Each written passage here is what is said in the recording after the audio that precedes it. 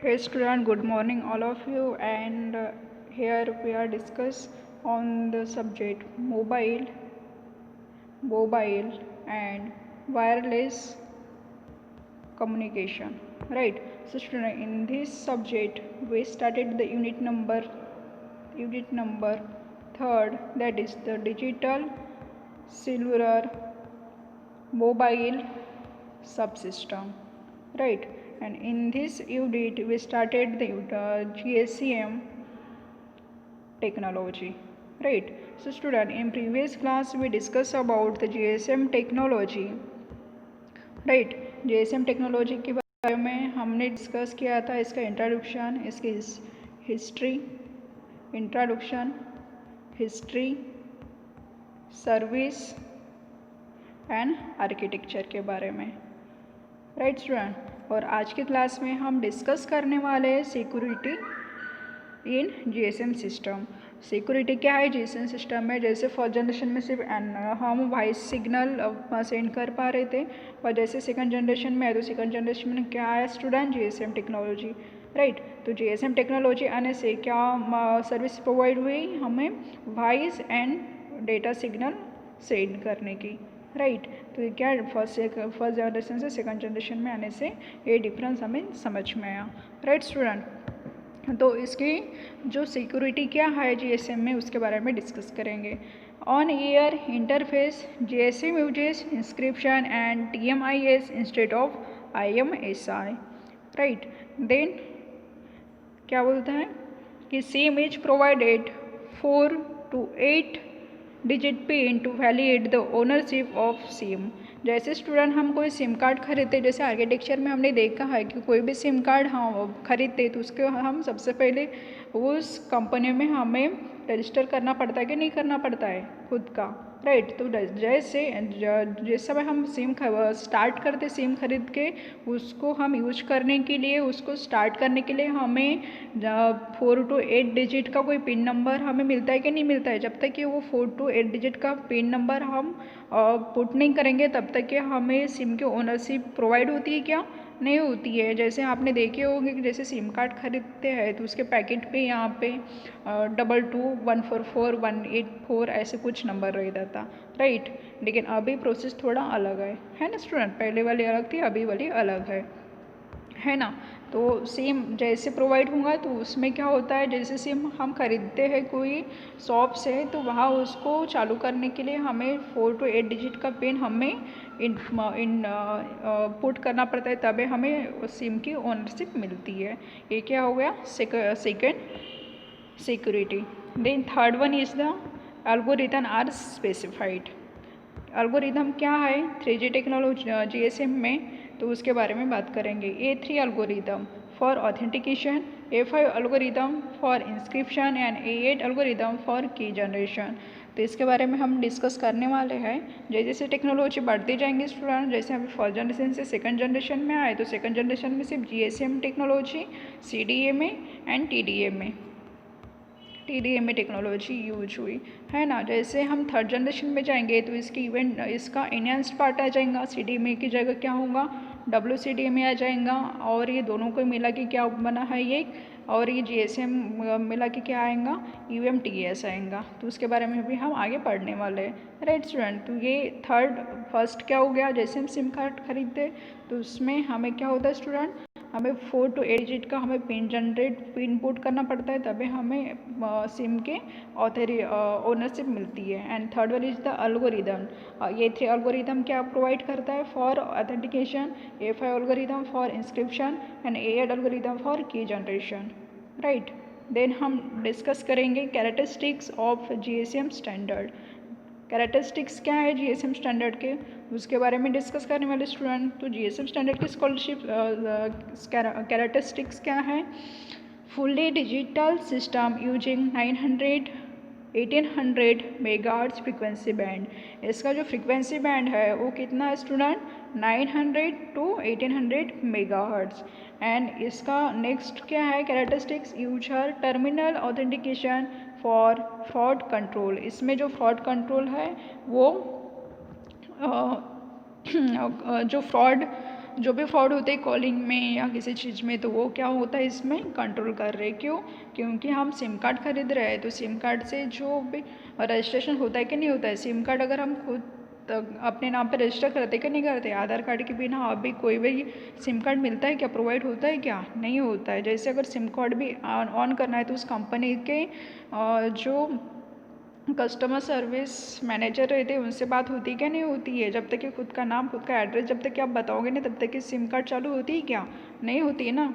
तो वही, तो उससे फ्रॉड कंट्रोल हो रहा है कि नहीं हो रहा है, तो एक इसका मेन कैरेक्टरिस्टिक्स है, right. The next one is next characteristics of GSM technology is that full international roaming capabilities. जो GSM टेक्नोलॉजी है तो ऑल वर्ल्ड में हम इंटरनेशनल नेशनल लेवल पे हम इससे ईजीली हम कम्युनिकेशन कर पाते हैं, right student. Then next is a low speed data service up to 9.6 kbps। But जैसे फर्स्ट जनरेशन में क्या हो रहा था, इससे तो बहुत ही ये मतलब उसका जो डेटा रेट है बहुत ही कम था, फिर इससे थोड़ा ज़्यादा बढ़ गया सेकंड में, राइट। सेकंड में थोड़ा ज़्यादा बढ़ गया, तो इसका जो स्पीड है वो कितना है, अप टू 9.6 kbps पर सेकेंड, किलोबाइट पर सेकेंड, 9.6 किलोबाइट पर सेकेंड, राइट स्टूडेंट। नेक्स्ट हम डिस्कस करने वाले हैं नेक्स्ट कैरेक्टरिस्टिक्स के बारे में, capability with ISDN and support of short message service. इसमें शॉर्ट मैसेज सर्विस जैसे हमने फर्स्ट जनरेशन में क्या हो रहा था, सिर्फ हम वॉइस डेटा हम ट्रांसमिट कर पा रहे थे, पर सेकंड जनरेशन में GSM टेक्नोलॉजी ऐड होने की वजह से हम वॉइस प्लस टेक्स्ट मैसेज कर पा रहे थे, राइट। तो इसका एक कैरेक्टरिस्टिक्स है support a short message service. Then हम इसके एडवांटेजेस के बारे में डिस्कस करेंगे स्टूडेंट, इसका advantages and disadvantages of the GSM over analogue system. तो इसका जो फर्स्ट एडवांटेजेस है वो है reduced radio frequency transmission power and longer battery life. इसका जो लॉन्गर बैटरी लाइफ है और रेडियो ट्रांसमिशन पावर है वो क्या है, रिड्यूस्ड हो रहा है, right. The next is the international roaming capability. क्या है, international roaming capability. Next one is the better security against fraud through terminal validation and user authentication, encryption capability for information security and privacy, right। The next हम GSM application के बारे में बात करेंगे। GSM application क्या है student, उसके बारे में बात करेंगे। First application is the mobile telephony, right. First application क्या है, मोबाइल टेलीफोनी। नेक्स्ट एप्लीकेशन है GSMR।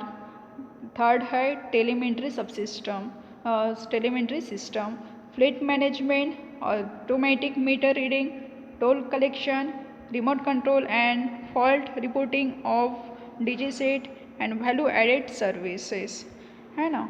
जैसे आपने एडवर्टाइज में देखे होंगे वैल्यू एडेड सर्विसेज, मतलब उसके बारे में, राइट। नेक्स्ट हम डिस्कस करेंगे कि फीचर ऑफ GSM का फ्यूचर क्या है, क्योंकि दिन ब दिन जनरेशन इन्हांस्ड होती जा रही है। सबसे पहले क्या था, फर्स्ट जनरेशन आया, फर्स्ट से सेकेंड, सेकेंड से 2.5, 2.5 से 3, देन 4 और अभी फिफ्थ जनरेशन पे वर्किंग चल रहा है।